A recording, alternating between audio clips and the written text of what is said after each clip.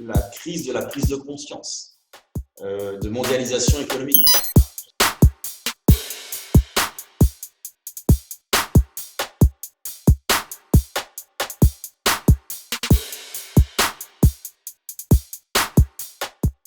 Moi, en tant que manager, j'aime bien avoir une cohésion d'équipe et je pense que des éléments de convivialité sont importants pour l'échange avec l'équipe.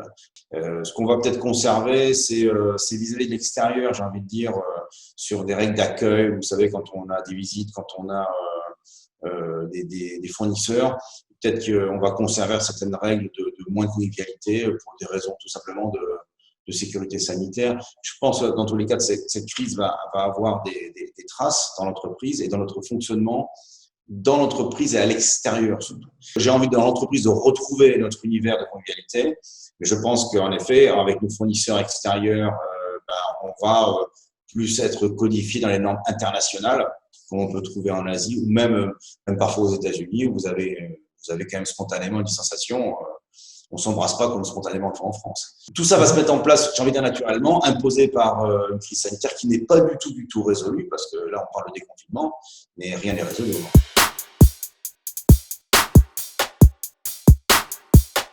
Et je pense que ce qui est intéressant, c'est que c'est peut-être la première crise moderne de notre économie, puisque c'est une crise qui est internationale. C'est peut-être la première crise du XXIe siècle aussi, qui est basée sur un environnement donc vraiment d'économie mondialisée, vraiment des impacts sur toutes les économies et sur une chaîne complète de logistique et de distribution internationale. Et on est surtout conscient que quand il y a un grain de sable dans cette chaîne, toute la chaîne s'arrête. Et je pense que c'est la compréhension du maillon faible qu'on est en train d'analyser. Donc je pense que c'est une première sonnette d'alarme économique sur le XXIe siècle. Certes, elle est basée là sur une pandémie.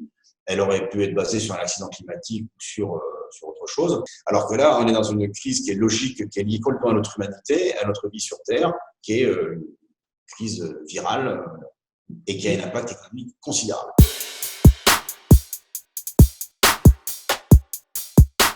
C'est cette prise de conscience, quelque part, de cette chaîne qui est trop fragile et qui va changer les stratégies et quelque part influencer sur les business models des entreprises pour prendre en considération une autre crise de ce type.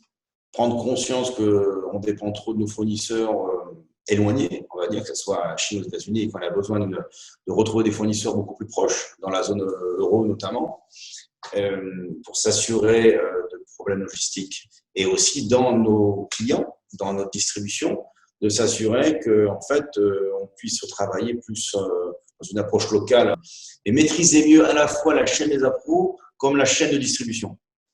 Pour être conscient qu'elle peut s'arrêter par la distance, par le fait qu'il y a des transports à gérer, il y a une logistique qui est compliquée.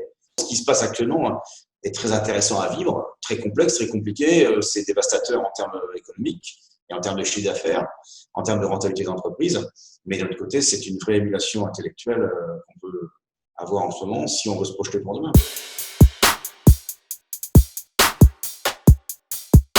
Il y a une inquiétude d'abord qui est une inquiétude liée à la crise elle-même, qui est une inquiétude sur la santé, enfin la partie sanitaire, c'est-à-dire on ne va rien résoudre, on n'a pas résolu le problème du virus là dans les semaines qui viennent. Donc combien de temps on va être confronté à l'anxiété, la peur d'un virus qui est dans l'atmosphère.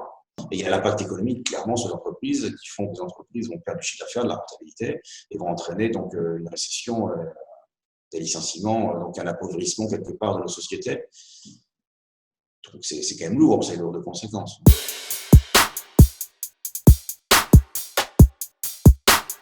Moi, sur le secteur des crues classées, je verrais plutôt une reprise en V, mais un V écrasé, vous savez, avec une certaine lenteur, on va dire. Comme on a constaté une lenteur dans l'affaiblissement de notre distribution, puisqu'on la constate quand même depuis 6 mois, on est arrivé à un point bas là qu'on constate là, depuis 2 mois. Mais donc, je vois une reprise pour une raison assez simple. C'est même si c'est des produits qui sont tout à fait substituables, c'est aussi des produits de valeur refuge. Alors là aussi, il y a plusieurs catégories dans les crues classées. Il y a les premiers qui sont clairement des produits de luxe, qui ont une vraie valorisation possible et qui sont des valeurs refuges aussi pour des personnes qui veulent faire un déplacement. Donc ça fonctionne très bien. Donc on sait qu'il y aura j'ai envie de dire, aucun souci sur ce marché-là. Après, il y a un marché des crus classés qui est positionné un peu moins cher, qui ont moins de notoriété. Ce marché-là sera plus compliqué, mais va reprendre, puisque autour de la planète, nous avons un ensemble de clients et beaucoup d'amateurs de vin ou des gens qui veulent se faire plaisir. Donc, je pense qu'on va avoir indéniablement une reprise qui va être douce, mais qui va se faire. Je reste optimiste sur le marché du vin.